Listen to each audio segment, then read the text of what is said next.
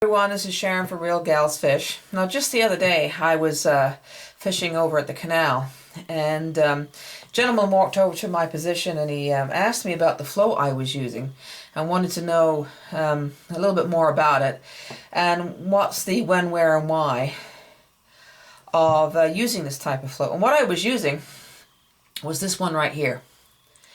And here's another one. It's just a little bit smaller than this one. Now, these floats are referred to, depending on the manufacturer, stick floats or pencil floats, but in the case of this manufacturer, they market them as shy bite floats. Now, I'm not going to say who the manufacturer is because I'm not being paid to endorse their product, but I am going to give you the what, when, wheres of when you would use on how to use these particular floats, especially for people that are just starting out the sport of fishing. Okay, so these floats, as you can see, are very thin. They have a very narrow profile, and this makes them incredibly sensitive, and they're best used in slow canals and rivers, or still ponds and any still body of water, small lake or pond, where there's not too much wave action, just ripples, and in slow-moving canals and rivers where there's not a lot of current. Anything where there's a lot of wave and current, these, because of their narrow profile, it means they're not as buoyant as something that's bigger. They will be, first off, they'll be very difficult to see visually because they're so narrow, and secondly, too much water movement will simply cause them to sink. All right, so they're no good in water where you've got a current or any waves. So slow-moving rivers and canals and still ponds and small lakes, that's where you would use these. All right, now these are great for using when you're fishing for fish like crappie or bluegill when they go into what's referred to as a negative or neutral feeding mood. Now, this will happen in the summertime as the water heats up and gets too warm and they become lethargic and they're not as aggressively feeding, or when the water becomes cold in the wintertime. So you can also use these for ice fishing.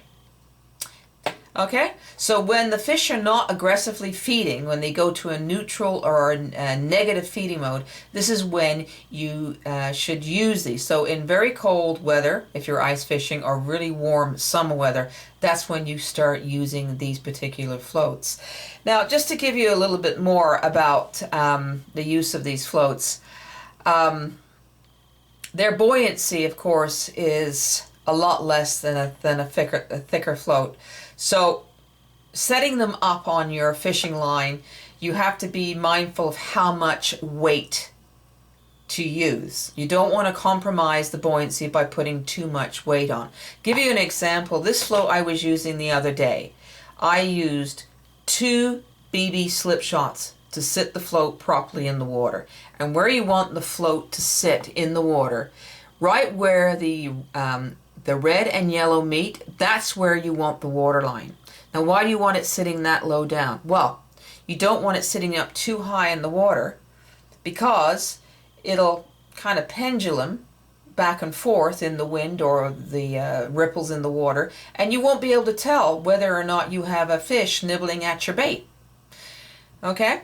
So you want it down in the water, so any movement you feel up and down or kind of side to side is usually something, a bluegill or a crappie nibbling at the bait on your hook. Now, they are very clever when it comes to taking bait off.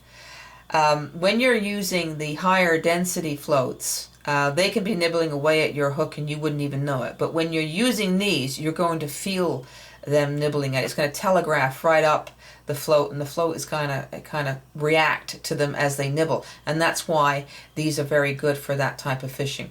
Okay, because they're so narrow. So now these are fixed floats, just like any double mast, low density, low resistance floats. They're attached to your fishing line by these little rubber O-rings. Now, if you don't know how to do that, yes, I do have a YouTube video on how to attach a double mast, low density, low resistance float to your line. Take a look at it so you know how to set up your float. Okay? You can adjust the float where you want it on a line simply by pulling it up and down. All right, so it's really easy to adjust the length of your leader underneath. Again, be careful how you weight your float. You want it sitting properly in the water. You don't want it sitting too high. So you have to kind of experiment a bit to where the float sits, combining the hook, your bait, and how much weight you want. All right, so don't forget, you want it to sit in the water right where the red and yellow meet. That's the ideal position for this float to sit in the water. Okay, so again, pencil floats, stick floats, or shy bite floats, depending on who the manufacturer is, used in slow or still water conditions for fish that have gone into the negative or neutral feeding mood. Okay, and I'm Sharon for Real Gals Fish. Once again, thanks for watching, and tight lines.